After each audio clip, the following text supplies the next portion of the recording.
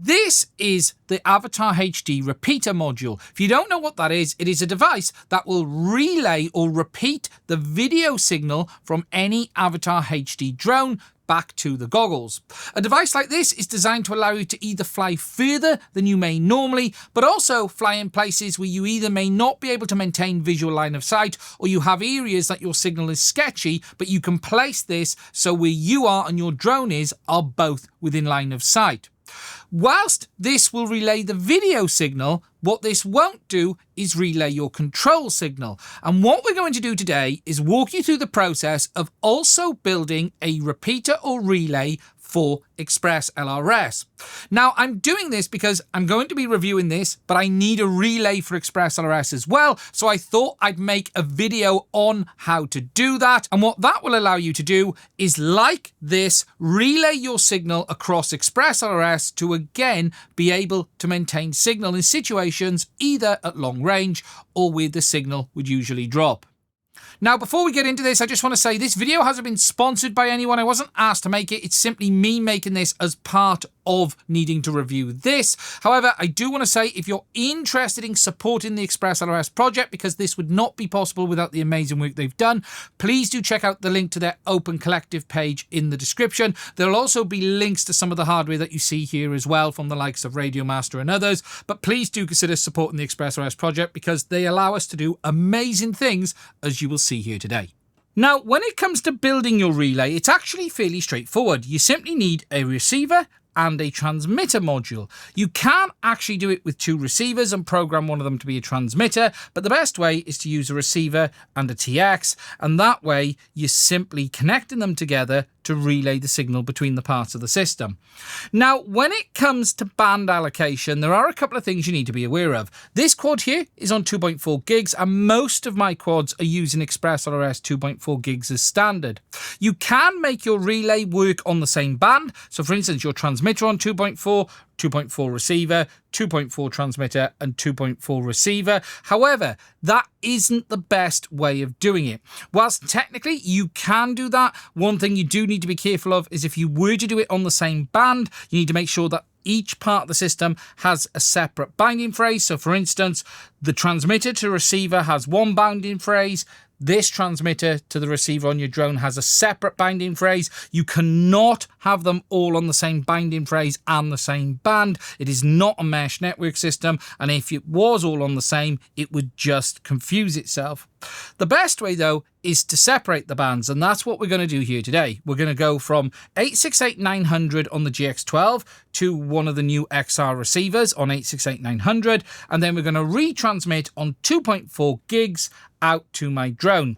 I've chosen to do it this way because pretty much all of my drones are on 2.4 gigs, and this means this relay will be compatible with all of them. Now, when it comes to the best way of doing this with regards to long range, the dev team at ExpressLRS recommended that you should use 2.4 gigahertz from your radio to your relay, and then use 868-900 from your relay to your drone.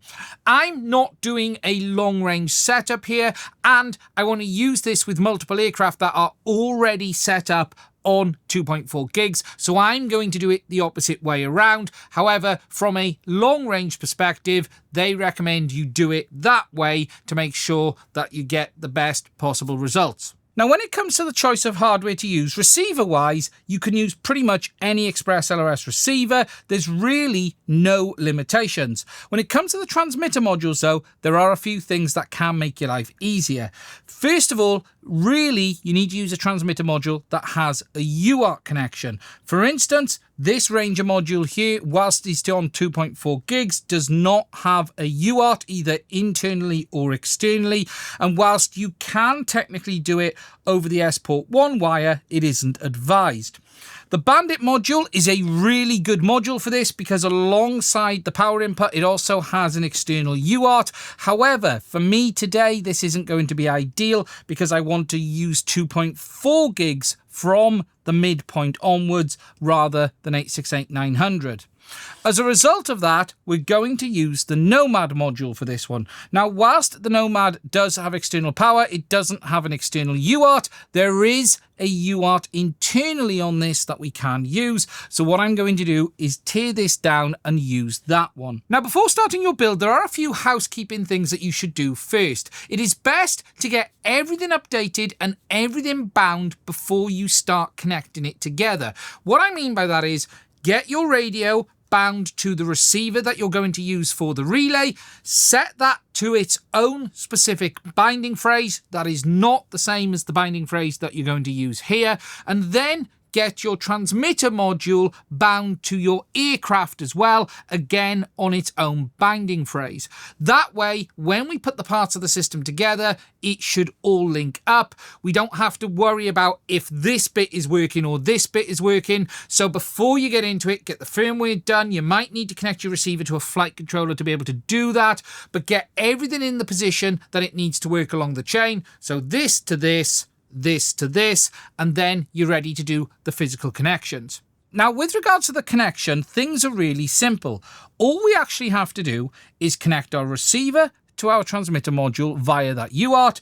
The receive on the receiver goes to the transmit on the UART, and the transmit on the receiver goes to the receive on the module.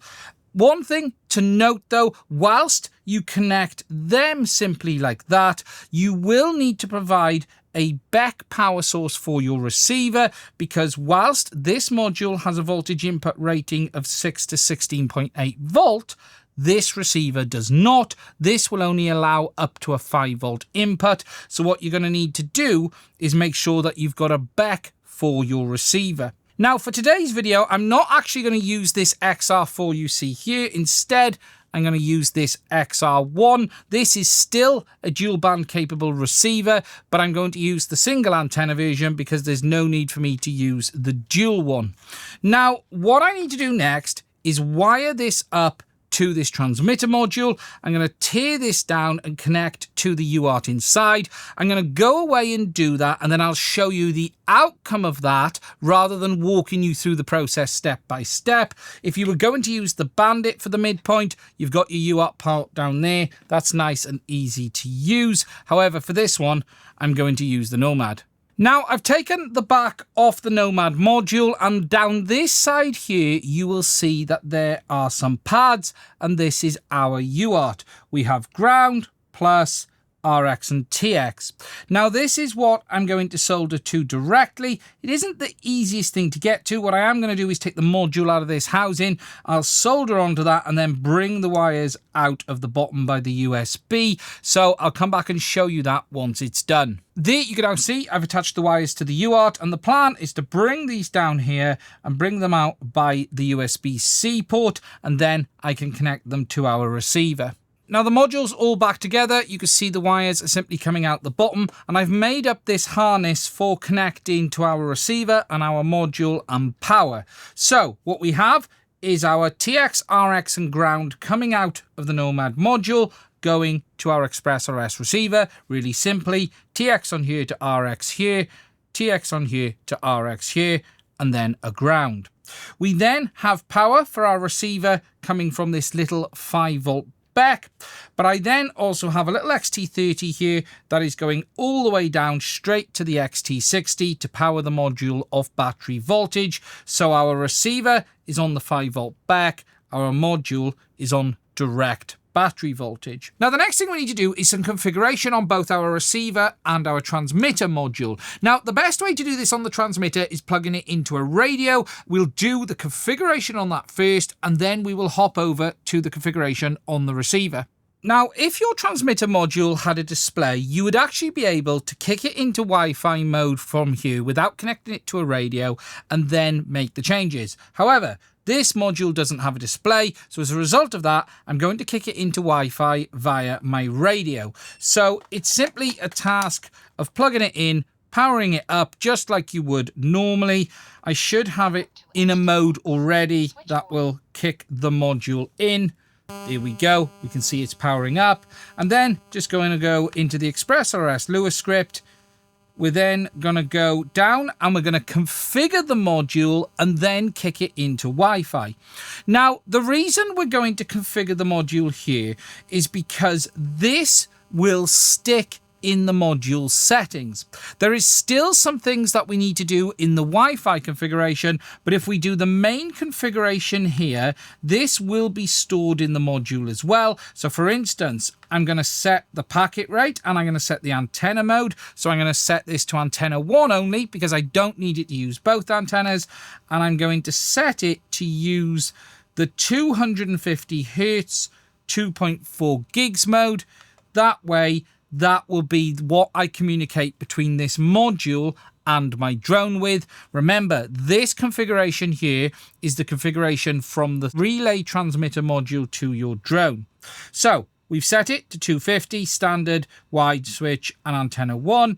We're going to go down. We're going to set the TX power modes. I don't want that much power. You should set the power to whatever is legal in your region. I'm just leaving that there a minute for demonstration. And then we're going to kick it into Wi-Fi so we can carry on and make the changes that we need so it can communicate with our receiver. Once you've got the transmitter module connected to your computer over Wi-Fi, you should then get to the usual home screen by going to 10.0.0.1. Once we've done that, we need to go to the configuration page, and you get to this by typing in 10.0.0.1/hardware.html. Now, this will take us to the main hardware settings page for this transmitter module. Now, what we need to change is the CRFS serial pin setting. At the moment, it is set to 4 and 4 as standard because that is the pin that is used for connecting over the S-port 1 wire. However, we are going to use the internal UART and we need to tell it to use the internal UART pins rather than using the S-port pins. The settings we want to use for this are 3 and 1 rather than 4 and 4. What this will then do is tell the module to use the internal UART for the communication. Once that's done, you need to scroll down, click Save Target Configuration, and it will reboot the module. Now, one thing to note, once you've done this, that module will no longer communicate with this radio via the standard port. It is now only going to communicate via these wires underneath. Now, if you did this and you didn't want to use this anymore and you wanted to go back to the way it was, you could simply reflash this with the ExpressLRS configurator, making sure that you overwrite the settings, and that then would set it back to the factory settings. It's a lot easier to do if you have a radio module that does have a screen, because you can kick it into Wi-Fi with that screen and then configure it manually. What I could have also done is programmed one of these buttons to kick it into Wi-Fi as well. It is something that will allow you to get easy access to Wi-Fi. However, if you leave the module, it will time out to Wi-Fi as well. Now, the settings we set in the Lua script will now be the standard settings for when the module boots up. So it'll boot up to whatever packet rate and power level we set it to. And that configuration has then set what pins to use for the communication out to our receiver. So the next thing we need to do is some configuration on our receiver just to confirm that it has the correct baud rate to communicate with this module. Your receiver as standard will use a baud rate that's designed to be used with the likes of Betaflight, whereas now, as we're communicating with the transmitter module, we need to set it to communicate with that as it would be from one of the baud rates in the likes of Edge TX. Now, to do this, I'm simply going to power this receiver up without my radio connected. What we should then see is it come on, and then after about 60 seconds, it will enter Wi-Fi, and we'll go into the usual Wi-Fi configuration page and do it from there. Once on the home page for the receiver, you simply need to go over to the Options tab. Now, what you need to change is this setting here.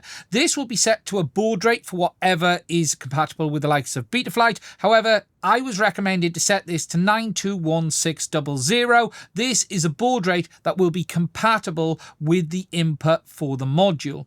Once that's done, you simply need to click Save, and then your receiver is ready to go.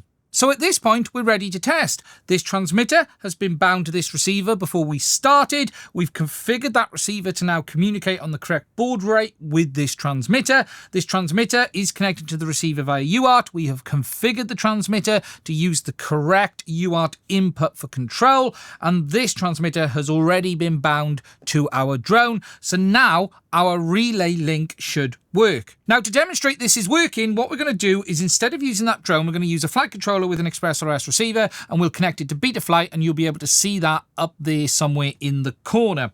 So what we're going to do, first of all, is power on our transmitter and then get this ready to go. There we go.